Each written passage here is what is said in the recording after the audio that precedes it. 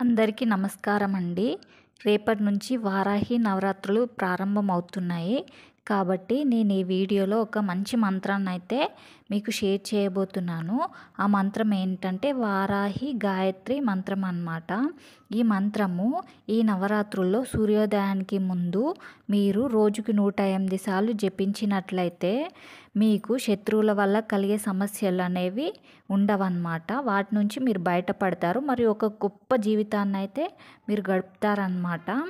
So ఆ మంత్రం ఏంటంటే ఓం మహిషాధ్వజాయై విద్మహే దండహస్తాయై ధీమహి తన్నో వారాహి ప్రచోదయాత్.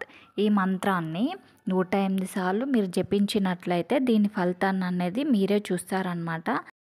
ఈ మంత్రాన్ని నవరాత్రుల్లో కుదిరిన వాళ్ళు నవరాత్రుల్లో చేసుకోండి, లేదంటే నవరాత్రుల తర్వాత కూడా చేసుకోవచ్చండి.